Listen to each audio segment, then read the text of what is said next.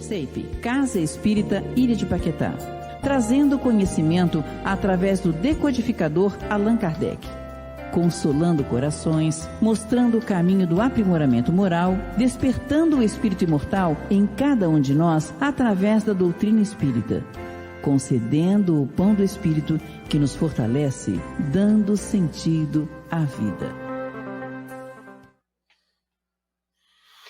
Boa noite, mais uma quarta-feira de estudo. Estamos concluindo já o Livro dos Espíritos. Dentro dessa programação, nós cremos que no dia 27 de setembro seja a nossa última palestra-estudo. Tá? Então, estamos finalizando já esse estudo que durou aí mais de 2 anos, né? Mais de 2 anos que nós estamos aqui fazendo esse rodízio de palestrantes. E hoje nós teremos nosso irmão, nosso querido Éder Andrade, que vai falar sobre as questões 934 e 936, perdas dos entes queridos. Estava até comentando com ele que é 2 questões, mas é um assunto bem denso, tem muito assunto. Isso aí dá um seminário. Ele vai ter que sintetizar muito para ficar aí na faixa aí de 35, 40, 45 minutos. Ele vai ter que fazer uma síntese desse assunto. Mas vamos à nossa prece de abertura, vamos fechar nossos olhos, vamos elevar nosso pensamento a Deus, nosso Pai Criador, a Jesus, nosso mestre, modelo e guia, rogar a espiritualidade amiga que visite cada lar neste momento, cada pessoa que esteja nos assistindo, seja agora ao vivo, ou seja posteriormente, numa data que seja melhor para ela. Então, que a espiritualidade visite esse lar, que ampare cada familiar, ampare cada pessoa desta casa, cuide de cada morador desse lar que está nos assistindo via YouTube neste momento. Então, nós rogamos que o mentor da Casa Espírita da Ilha de Paquetá, bem como o mentor de cada um de nós, eles nos ampare. Que nosso querido Éder Andrade seja intuído, seja conduzido, seja amparado, que tudo aquilo que ele estudou venha à sua mente de maneira clara e objetiva, para que ele possa, como eu falei, sintetizar esse assunto que é muito denso e que nós possamos tirar o máximo de proveito desse estudo da noite de hoje. Então, fique conosco agora e sempre, aqui e na casa de cada um que esteja assistindo a esse estudo. Graças a Deus. Então, deixa eu subir aqui o nosso companheiro Éder. Oi, Éder. Oi, Ricardo, tudo bom? É um prazer tê-lo aqui. A casa é sua, fique à vontade. Quando concluir, eu subo novamente. Perfeito, obrigado. Prezados amigos, boa noite, que a paz do Cristo esteja junto a todos nós. Nós vamos falar hoje do Livro dos Espíritos, a perda dos entes queridos, como o Ricardo falou, da pergunta 934 a 936. Essas perguntas, elas se referem à visão que a doutrina espírita nos passa com relação à forma com que lidamos a perda dos entes queridos. Uma das coisas que eu aprendi na casa espírita, desde que eu comecei a frequentar na mocidade, é que nós devemos, com o passar do tempo, ressignificar nossos sentimentos em relação ao mundo. Nós não perdemos os entes queridos, nós nos separamos deles. E dessa forma, o sentimento de perda ele é substituído pelo sentimento de separação. A compreensão doutrinária nos ajuda de uma maneira fundamental. Mas por quê? Porque a gente consegue enxergar o contexto que nós estamos inseridos num outro prisma. Porque quando nós falamos da ideia de perda, subentende-se algo que você perdeu e não vai ter mais. E não é verdade. Nós nunca tivemos a posse dos entes queridos. Nós convivemos com os entes queridos. E, num determinado momento, ocorre um processo de separação. Essa separação, ela se estende e o sofrimento vem pela nossa pouca maturidade do senso moral.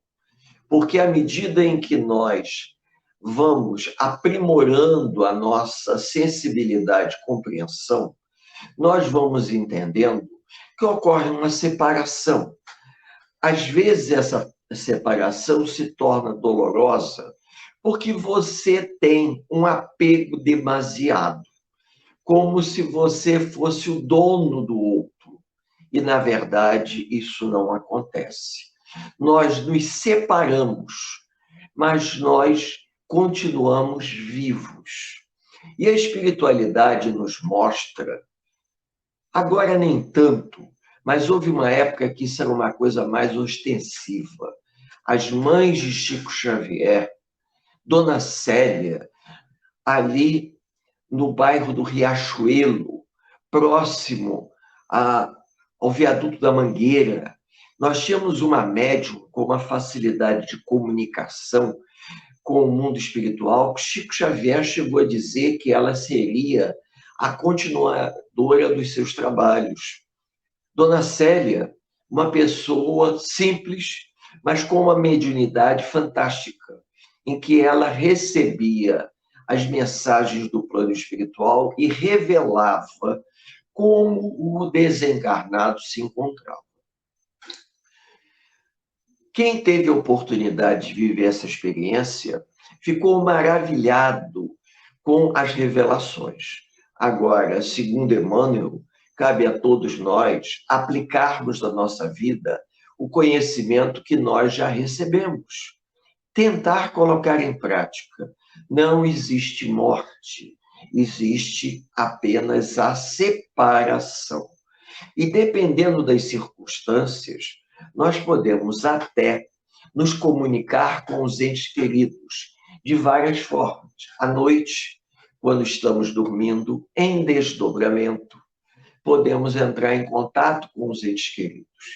Mas se a pessoa ela não é muito espiritualizada, ela é muito materializada, ela sente a falta do outro, ela tem a necessidade do contato físico com o outro. E isso faz com que o sentimento de perda se acentue, exatamente quando nós perdemos algo. Por exemplo, um vaso de cristal que cai e quebra, e você não tem como colar os cacos. As pessoas, normalmente, elas associam a perda dos entes queridos à perda de objetos materiais, porque elas querem ter a posse eterna dos bens materiais. E nós estamos aqui de passagem, aprendendo na convivência um com os outros. E para isso passamos por esses desafios. Não é pelo fato de nós perdermos um grande amigo, um companheiro, uma mãe, um pai, um filho, que eles deixarão de existir. Não, pelo contrário. E nós precisamos ter uma postura digna diante daqueles que desencarnaram, vibrando de forma positiva, aceitando com resignação, quando possível, a separação e emitindo para aquele que não se encontra mais fisicamente no plano material as melhores vibrações de amor, de carinho, de tranquilidade, para que aquele que desencarnou, ele perceba as nossas vibrações e não deixe ele numa condição em desequilíbrio. Porque o corpo material abafa muito as emoções. Mas no plano espiritual, o espírito sente as emoções como se ele ouvisse, como se ele sonhasse, de uma forma tão intensa que às vezes alguns espíritos precisam ser adormecidos para que as lamentações, o choro daqueles que ficaram na Terra não levem eles ao desequilíbrio.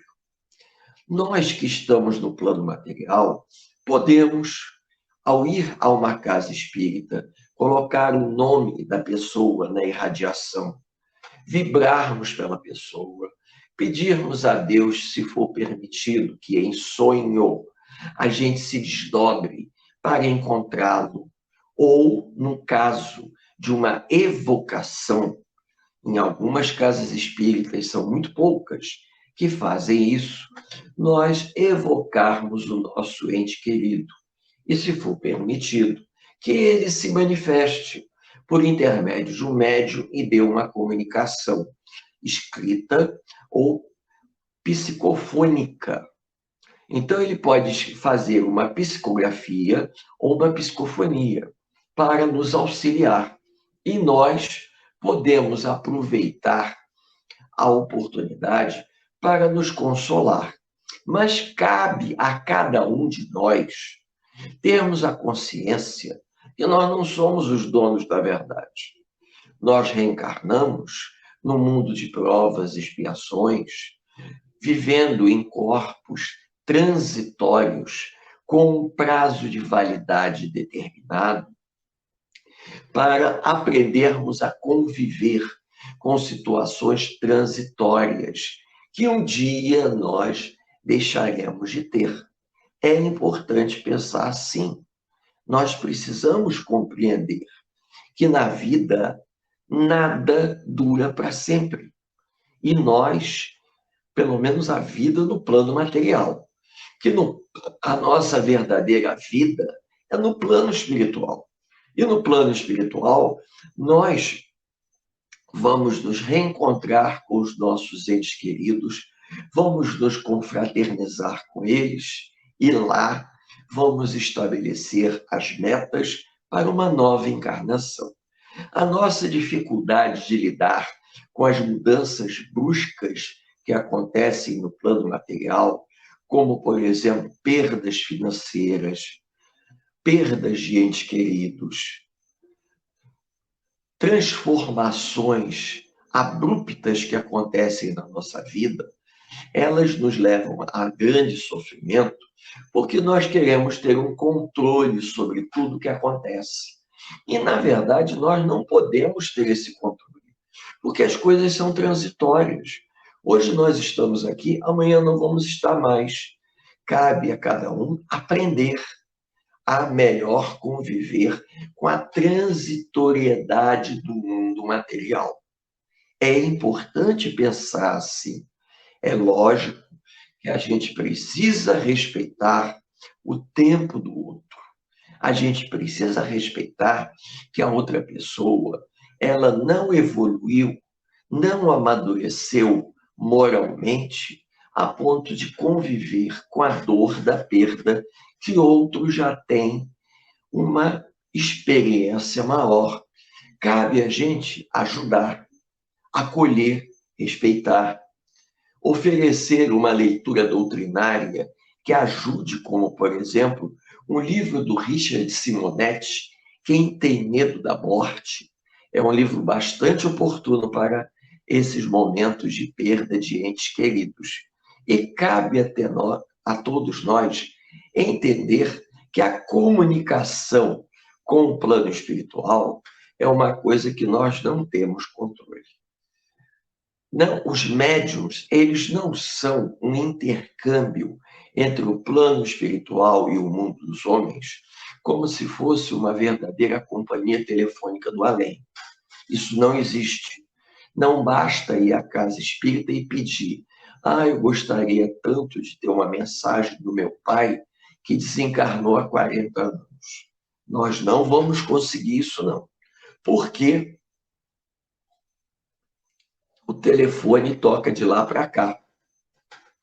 E nós temos que ter mérito suficiente para receber essas comunicações. Então, não é uma questão da gente querer, é da gente poder.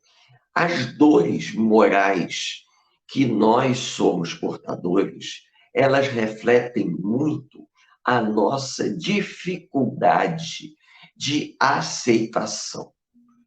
Falando isso, as pessoas até podem me perguntar, mas você é insensível à dor da morte do familiar. Não que eu seja insensível. Eu hoje tenho um olhar diferente. Vejam bem o que eu vou dizer. Nós temos que ressignificar a nossa existência aqui na Terra. E ao ressignificar a nossa existência corpórea, nós vamos lançar um olhar diferenciado, vamos mudar o nosso foco em relação à vida material. Vamos pensar na vida futura e o que nós podemos fazer para melhorar a nossa convivência com o nosso semelhante e a maneira com que vamos aceitar as mudanças abruptas que acontecem no plano material, mudanças essas às quais não temos controle algum. Então, isso é importante para todos nós.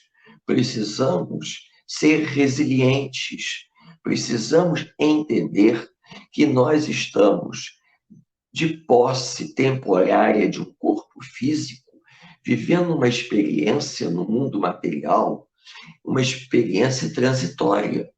Nós não sabemos quando essa experiência vai terminar. Ela tem início, meio e fim programado pela espiritualidade. Cabe a todos nós termos uma aceitação. É isso que a gente entende, aceitação. É lógico que algumas pessoas a gente sofre mais do que outras. Podemos sofrer muito pela perda de um filho, pela perda de uma mãe, de um pai, pela perda de um companheiro, de uma companheira, pela perda de um amigo, pelo processo de desemprego prolongado. Então, essas 5 ou 6 colocações que eu acabei de fazer foram organizadas por uma revista, por um periódico que circula nas bancas de jornal, como a dor da perda mais significativa que nós temos.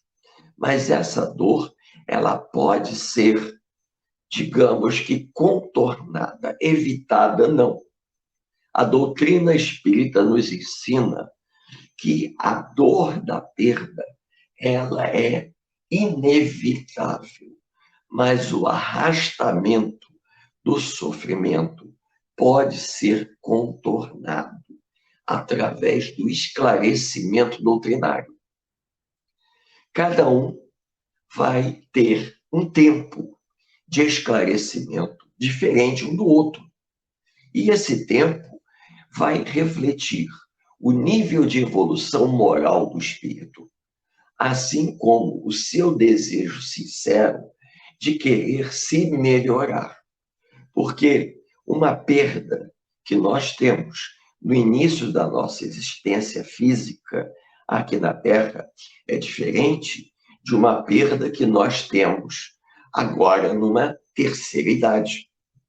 Tivemos tempo suficiente para amadurecermos, nos ressignificarmos, nos moralmente falando, nos prepararmos para melhor lidar com as situações imprevisíveis.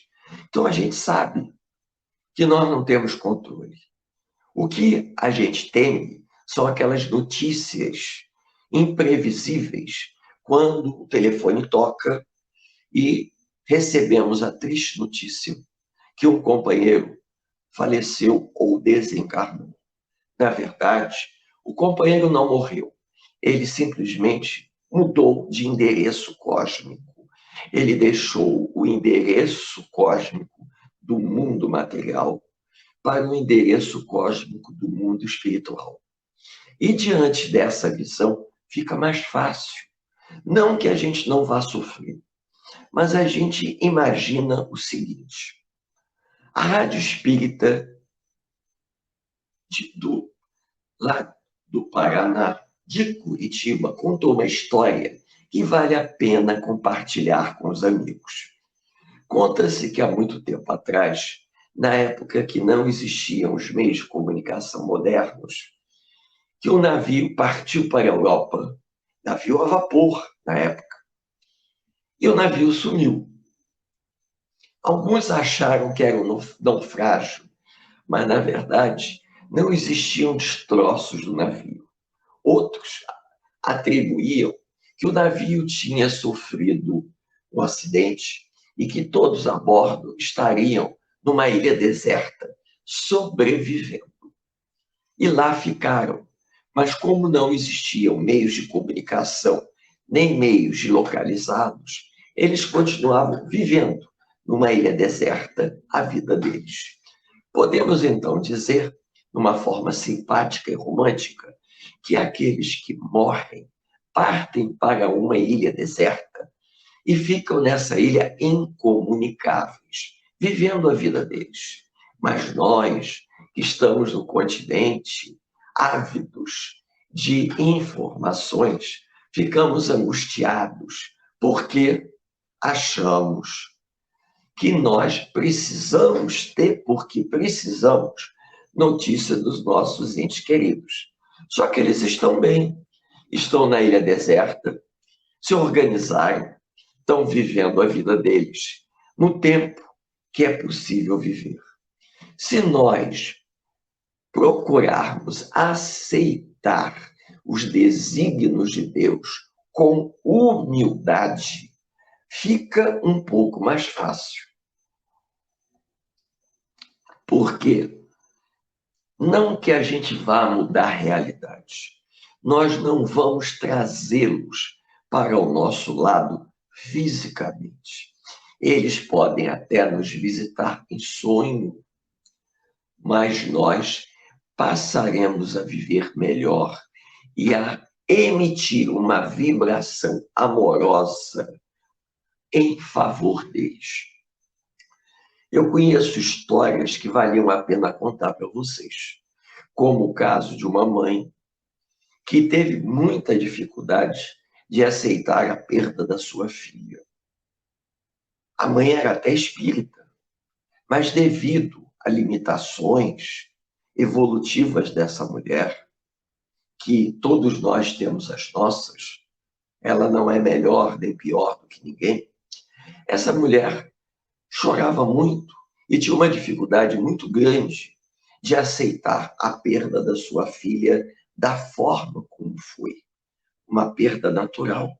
A filha teve uma parada cardíaca em casa, diante da própria mãe. E um dia a mãe sonhou com a filha.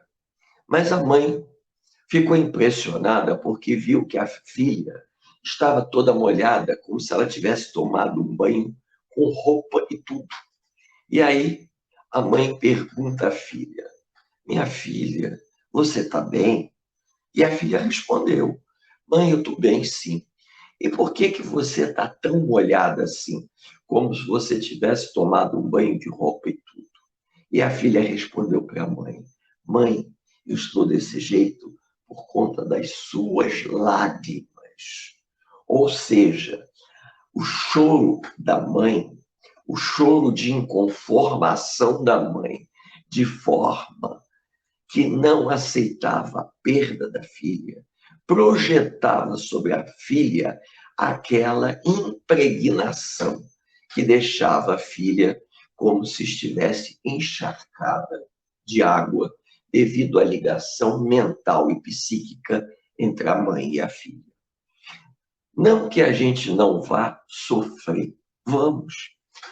Eu tive uma companheira na casa espírita que durante muitos anos me explicou, me orientou, uma pessoa, digamos, da geração mais antiga, em alguns momentos até um pouco dura nas suas colocações, que ela dizia o seguinte: as lágrimas não podem ser de sofrimento. As lágrimas têm que ser de saudade. Que as lágrimas de saudade sempre inundem os nossos olhos, mas nunca de sofrimento. Saudade da separação, mas nunca saudade da perda. E eu aprendi isso. Eu tive uma certa facilidade de aceitar isso e colocar em prática na minha vida. É lógico que a gente sofre um baque quando a gente fica sabendo que uma pessoa que aparentemente estava bem de saúde, ela perde a sua vida, ou de repente perde força de expressão, ou ela desencarna abruptamente, pegando todo mundo de surpresa.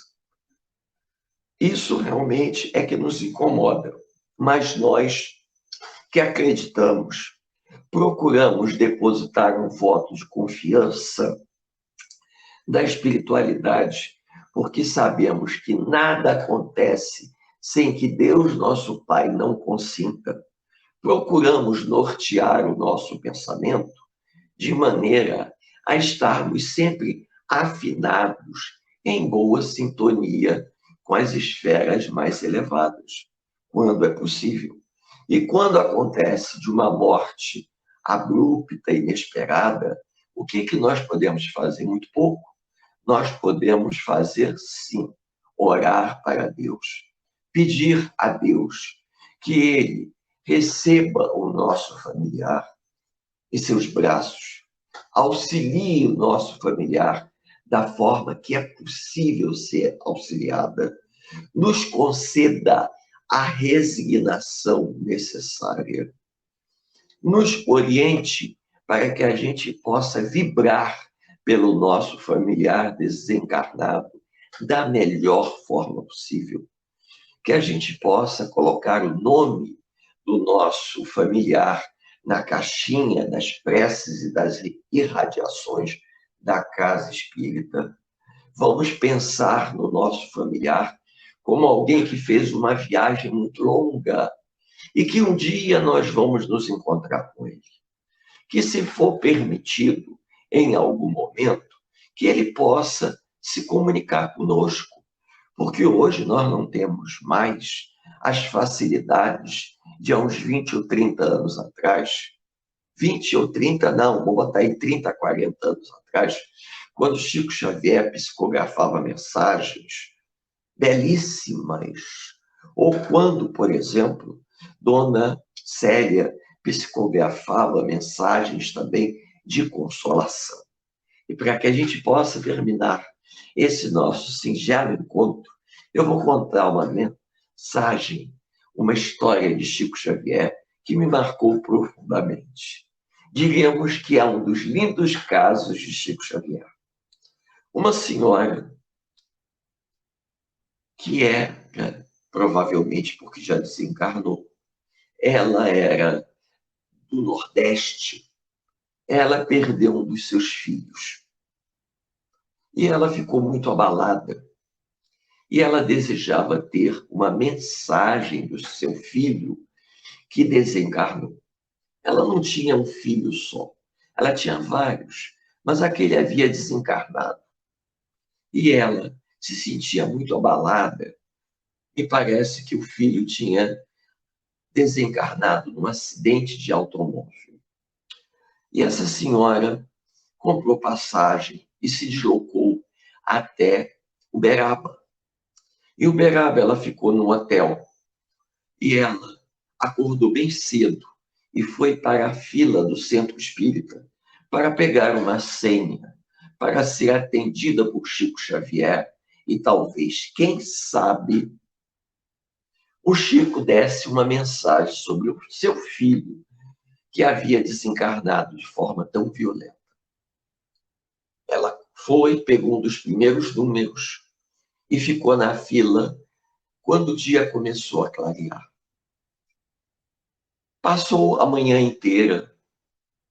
Na parte da tarde, começou. E o Chico chegou na casa espírita para o atendimento. Logo depois que o Chico já estava na casa espírita, antes dele pedir às pessoas para entrarem, chegou um carro com uma senhora, pelo visto, pela aparência, de classe média alta, em prantos, porque seus 2 únicos filhos haviam desencarnado de forma muito violenta. E os seus 2 únicos filhos haviam morrido. E a mãe ficou abaladíssima. E chegou naquele momento para pedir ajuda a qualquer custo de Chico Xavier. Aquela senhora que havia viajado, chegado cedo, pegado um número baixo, seria uma das primeiras a ser atendida, pensou bem, olhou para aquela mulher em prantos e imaginou o seguinte: eu tenho outros filhos, eu vim aqui com calma, eu posso ficar um dia a mais ou 2, eu vou ceder meu número para essa senhora que está aqui em desespero porque ela perdeu seus 2 filhos. Eu tenho outros que são pessoas do bem, trabalham, eu já sou até avó. Chamou a mulher, chamou aqueles que a acompanhavam, cedeu seu número na fila à mulher, que agradeceu a ela, deixando suas mãos. Ela se afastou devagarzinho, parou numa barraquinha, várias barraquinhas próximas ao centro espírita, que vendiam café, biscoito, para tomar um cafezinho, quando, de repente, numa fração de 5 a 10 minutos, sai um dos trabalhadores do Chico, lá do centro espírita, com um crachá pendurado no pescoço, gritando o nome dela. E ela ficou surpresa. Ela estava sozinha, não conhecia ninguém. Estava tomando um cafezinho. Ela levantou o braço e disse: sou eu. Ele se aproximou, segurou ela pelo braço e disse: a senhora entra comigo, porque o Chico Xavier quer falar com a senhora. Ela ficou surpresa, porque ela não imaginava o que estava acontecendo. Ela falou para ele: estou indo, deixa eu só tomar o cafezinho. Tomou o cafezinho e foi com ele até lá. E ele falou: o Chico pediu para a senhora sentar nessa segunda fila aqui, que ele vai lhe atender. Ela não entendeu nada. O Chico começou o trabalho, houve a leitura da exposição do Chico, da página inicial, e depois a palestra pública de um orador previamente convidado. E durante a exposição, que durava 1h30, quase 2, Chico psicografou várias mensagens, inclusive uma para aquela senhora que havia cedido seu lugar na fila. Quando Chico se levanta para ler a história, lê o nome da mulher, da mãe, que havia cedido seu lugar na fila para aquela que havia perdido os 2 filhos, dizendo o seguinte: minha mãe, eu não tinha condições alguma de estar aqui nesse momento ditando para o Chico essas palavras, mas Emmanuel veio ao meu socorro, e por você ter aberto mão do seu lugar na fila para aquela mulher que perdeu os 2 filhos, ocorreu uma intercessão espiritual a meu favor. E Emmanuel me trouxe da onde que eu me encontrava para ditar a Chico Xavier essa carta de amor, para que você saiba que dentro das possibilidades eu estou bem e que em breve eu serei transferido para um local mais apropriado. Uma carta belíssima que mostra que uma atitude de amor cobre uma multidão de pecados. E dessa forma, nós vamos finalizando o nosso singelo encontro, falando da perda dos entes queridos. E eu devolvo para o nosso companheiro Ricardo a palavra, para que ele possa realizar a prece de encerramento por todos nós, nessa noite de quarta-feira. Para quem não sabe, o Éder está gripado. Eu até pensei num certo momento dele não conseguir concluir o estudo da noite de hoje.